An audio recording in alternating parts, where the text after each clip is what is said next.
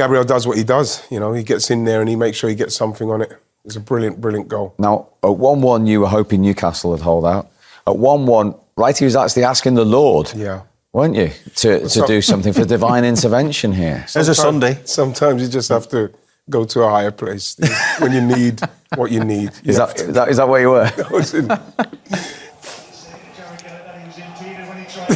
Oh, jeepers.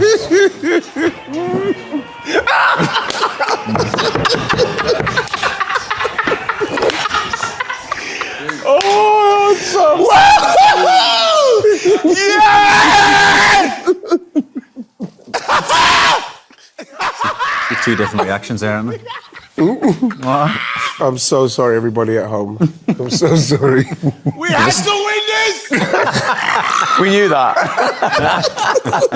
The scowl on Shay's face towards you just makes it even better. There's always two sides to every story, isn't there? The sadness of conceding a late winner, and of course the joy that it brought to Wrighty's face. I'm just really pleased with the guys who I work here with on a regular basis last season when they see how I act.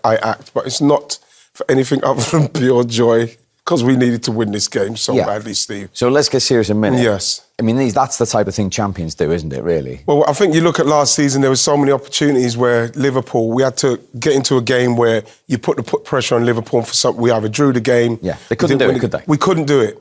We've never done too many. I think the last time we done anything like this where we needed to win something in the death, I think it was Bournemouth a few seasons ago. But this is a game where we went in and I think we started very well. I thought we started very well. We had chances. But once they went 1-0 up, it was a game we had to play back in and get ourselves back into the game, make sure we don't lose it, and if we can, win it, because that's what we have to do to send the message to whoever's at the top, that we're not going to go away and we will dig in as far as we need to win these games to try and win this league finally. Yeah, that will have been severely noted on Merseyside. Absolutely, because what you want them to, what the message you want to give them is, you know, we're coming and we're going to be here. So yes, you're 5 points clear, but now you're 2. You lost your game against Palace. We have to now take advantage of that, and we've done that. That's why even if a point would have been a little bit, it wouldn't have been enough for me, even though you'd have to take it.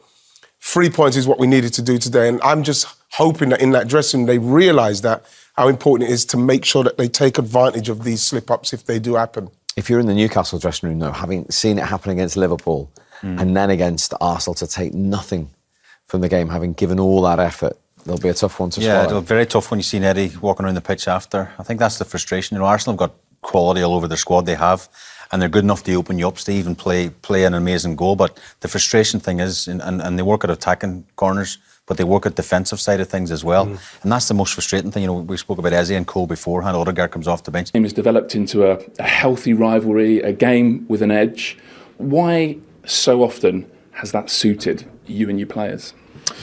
I think they've been really tight games. I think there's two teams that show a great will to win, pride themselves on detail and tactical plans, and so I think they've been intriguing games. We've really enjoyed them, both home and away, and we've had some success, we've had some failures that we've tried to learn from. Today will be, I think, another great game. So just looking at your team, it feels like you could line up a couple of different ways, with a 4 with Burn at left back or a 3 at the back. But is almost the variety and the flexibility to keep, obviously, us, but more importantly, Arsenal guessing, is that sort of the point? No, you don't do it to keep people guessing. That's irrelevant. It's how we perform on the pitch. So, yeah, there's a few different ways we can go. Even in running, there's a few different things we can do to change our shape if we need to. But we have, I think, a strong team. We're looking forward to seeing that team gel together. There's some changes from our last game, but I do think it's a strong squad. So if you don't need to keep people guessing, would you like to tell us, is it a 3 at the back or a 4 at the back? No, you'll find out within no time.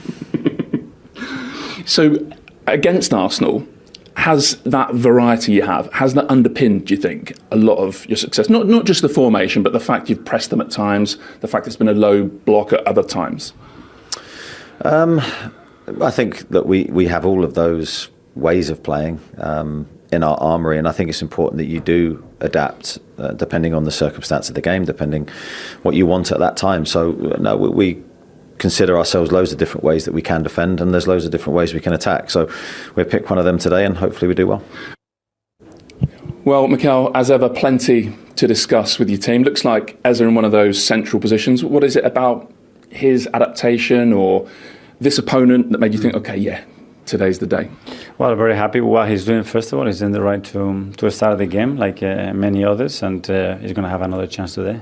Talking of earning the right, Mosquera for Saliba. Mosquera's obviously made a fantastic start to his Arsenal career. Is this something we're going to have to get used to a bit more with Arsenal this season? Guys who felt like they might be nailed on in previous seasons, now it's a bit more competitive. Yeah, depending on the circumstance as well.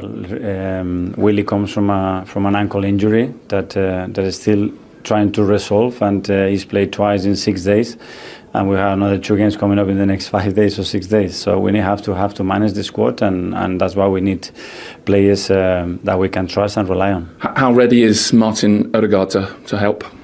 Yeah, well, he's very keen. Obviously, he's trained the last 2 days, and he's desperate to get in that pitch. So you've talked about the beautiful atmosphere you face here. It's obviously a place where you've had your struggles, but do you see it as an opportunity to do the best teams relish this kind of occasion? I think so. I think these stadiums and these moments makes your team, and those scars and those difficulties and those challenges at the end, I think they make you a better team, and hopefully that's what we are today, and we're going to show it.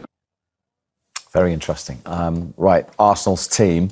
I'm guessing you're delighted that Saka and Eze both start, righty? Yeah, I am. I think it's a really good team. Even Mosquera in for Saliba. We've seen how capable he is, so yeah, I'm very happy with the team. Leandro Trossard does a good job on that left side. Maybe that's what he wants, but yeah, it's a team that I believe is more than good enough to go there and get a win. Yeah, Saka starting. As far as Newcastle are concerned, big boost. Anthony Gordon, who learnt his harsh lesson in that game against Liverpool, back from his Premier League suspension. But he and Voltemada both start, Shay. Yeah, for the first time. It'll be interesting to see how they link up and where they start. I mean, it can be flexible within the squad, because we thought when we've seen the team go through, they could even go to a back three with obviously Chow, Botman and Bourne, and then Livramento flipping over to left wing back, and of course Murphy right wing back. That is an option depending how well Arsenal, I suppose, start the game.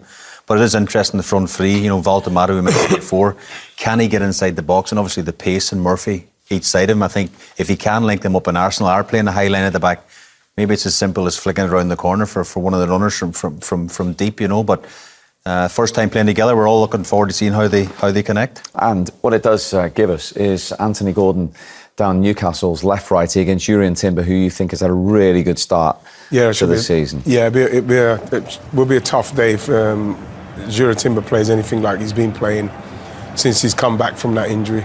Massive, like that ACL injury he had was a terrible injury for him right at the start of the season, last season, when we really needed him to come in. But when you look at him physically, he never overcommits himself.